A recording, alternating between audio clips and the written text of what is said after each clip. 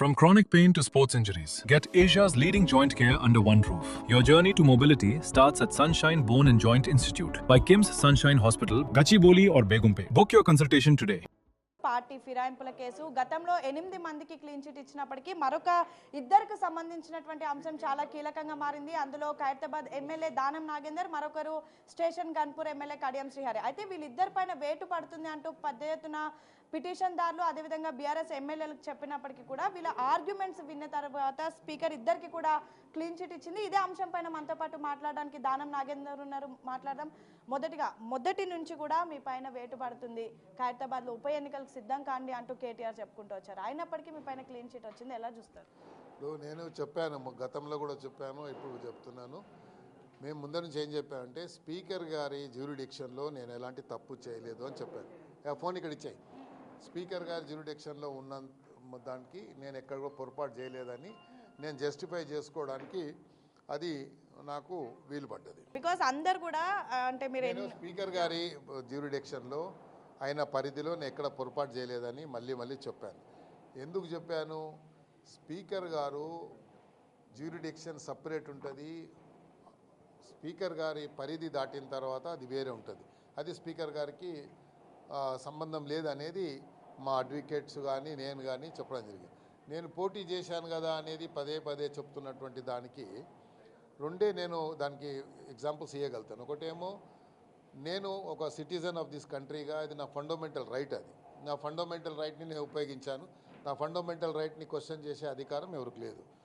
రెండోది, నేను BRS party నుండి వచ్చి ఇలా ఇక్కడ పోటీ చేశాను అని చెప్పి వీళ్ళు చెప్పినప్పుడు నేనేమంటున్నా అంటే మీరు చేసినప్పుడు మీరు తీసుకెళ్ళి మిగతా వాళ్ళకి అవకాశం ఇచ్చి మీరు ఏం చేశారు? గతంలో మీరు అక్కడ ఉన్నటువంటి సబితా ఇంద్రెడ్డి గారిని తీసుకెళ్ళి మీరు మంత్రి పదవి ఇచ్చారు. సబితా ఇంద్రెడ్డి తీసుకెళ్ళి మంత్రి పదవి ఇచ్చారు. అదేవిధంగా మీరు ఇక్కడ చూసినట్టయితేనేమో శ్రీనివాస్ యాదవ్ గారికి మంత్రి పదవి ఇచ్చారు. మీరు చేస్తే న్యాయము, మేము చేస్తే అన్యాయమా అనేది మీరు జస్టిఫై చేయాలి.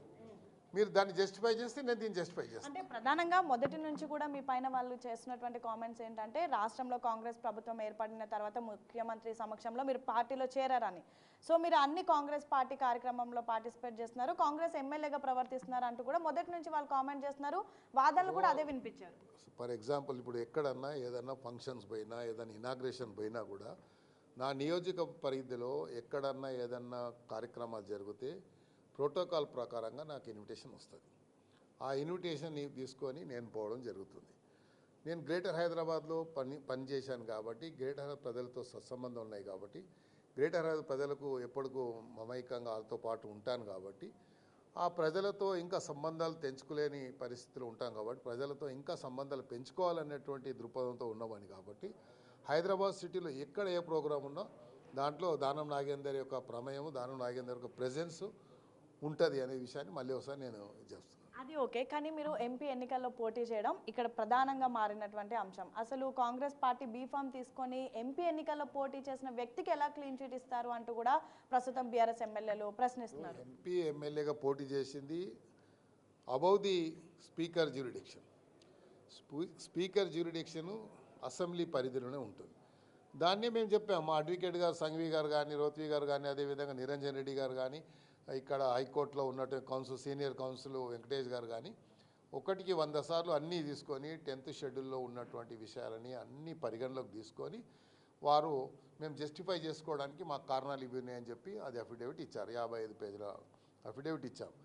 దాంట్లో స్పీకర్ గారు అన్ని క్షుణ్ణంగా పరిశీలించిన తర్వాత మేము ఇచ్చినటువంటి ఒక అఫిడేవిట్ని పరిగణలోకి తీసుకుంటే నేను భావించాను. దానికి నేను స్పీకర్ గారికి ధన్యవాదాలు తెలియజేస్తాను. స్పీకర్కి గౌరవిస్తున్నామని చెప్తున్న మీరే స్పీకర్ దాదాపు మీకు 4 సార్లు నోటీస్ ఇచ్చినప్పటికీ విచారణకు ఎందుకు హాజరు కాలేదు? అంటే మీకు స్పీకర్ పైన గౌరవం లేదా అనేది ప్రశ్న. నేను పదే చెప్పాను. స్పీకర్ గారు నాకు డైరెక్షన్ ఇవ్వలేదు. నాకు నోటీస్ పంపించిన ప్రతి సందర్భంలో either you attend or your counsel on behalf of your counsel, any of your counsel can attend దీనికి అని చెప్పారు. దీనికి మన cross examination. So on behalf of me my counsel has already whenever speaker gave notice to me, council has attended and he has represented my case every time. Then where is the issue? చివరిగా ఈ రాజ్యాంగం పైన కాసేపటి క్రితం కేటీఆర్ కూడా మాట్లాడారు. తెలంగాణ రాష్ట్రంలో రాజ్యాంగాన్ని కూనీ చేస్తున్నారు. ఒకవైపు రాహుల్ గాంధీ రాజ్యాంగం పరిరక్షించాలని ప్రయత్నిస్తుంటే ఇక్కడ కూనీ చేస్తున్నారు. మీ తీర్పు కూడా రాజ్యాంగ విరుద్ధంగా ఉంది. స్పీకర్ కాంగ్రెస్ పార్టీకి ఫేవర్గా పనిచేస్తున్నారు అంటూ కామెంట్ చేశారు కేటీఆర్. స్పీకర్కి వ్యతిరేకంగా ఈయన కేటీఆర్ మాట్లాడిందంటే కొంచెం ఆశాస్పదమైనటువంటి వాక్యం ఇది.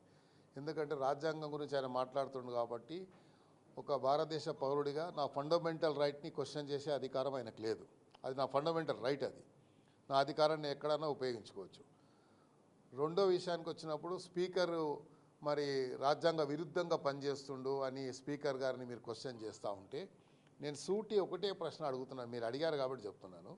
నేను ఇండివిజువల్గా నేను ఎవరిని అనదలుచుకోలేదు, అనాలన్న ఉద్దేశం కూడా లేదు.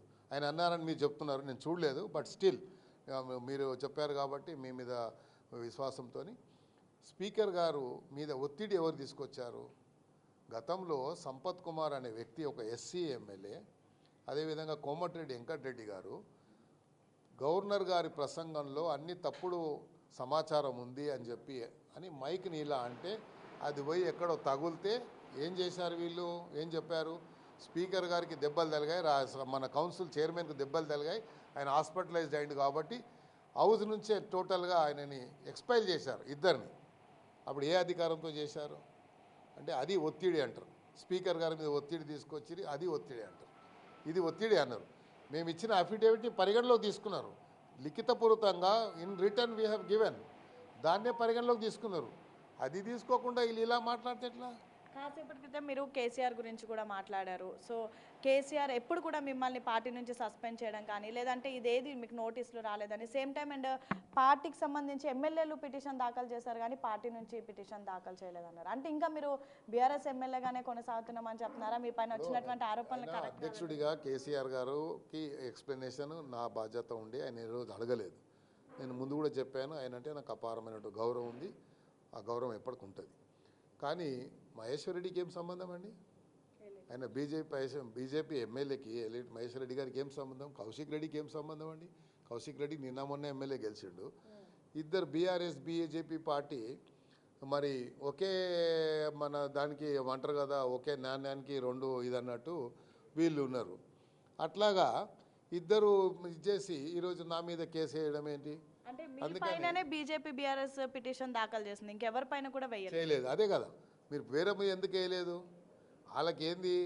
దానం నాగేందర్ అనే వ్యక్తి హైదరాబాద్లో రేపు ఎలక్షన్, గ్రేటర్ హైదరాబాద్ ఎలక్షన్ వేస్తే దానం నాగేందర్ ఎంత ప్రభావం ఉంటుందో వాళ్ళకి తెలుసు. అందుకే రేపు జిహెచ్ఎంసీ ఎన్నికలు వచ్చినప్పుడు వాళ్ళ దమ్మెందో నా దమ్మెందో చూపిస్తారు. మరి దానం నాగేందర్ జిహెచ్ఎంసీ ఎన్నికల్లో ఏ పార్టీ కోసం పనిచేయబోతున్నారు? మీరు చూస్తారు కదా, ముఖ్యమంత్రి గారు ఏదైతే టార్గెట్ పెట్టుకుండో 300 డివిజన్లకు, ఆ డివిజన్లకు మేము అంటే దానం నాగేందర్ గారు కాంగ్రెస్ పార్టీలోనే ఉన్నారని చెప్పొచ్చు. ఇక చెప్పేది ఏముంది, మీకు ఆర్డర్ వచ్చింది కదా. మీరు బీఆర్ఎస్ ఎమ్మెల్యే అంటూ ఆర్డర్ వచ్చింది కదా, ఏమొచ్చింది? క్లీన్ చీట్ వచ్చింది అంటే బీఆర్ఎస్ ఎమ్మెల్యేగా కొనసాగాలని వచ్చింది కదా. అదే నాకు అప్పుడు ఏ బాధ్యత ఎవరు ఇస్తారో ఆ బాధ్యత పనిచేస్తారు. ఒకవేళ బీఆర్ఎస్ వాళ్ళు ఇస్తే వాళ్ళు ఇయ్యరు, వాళ్ళకి భయం. నేను అంటే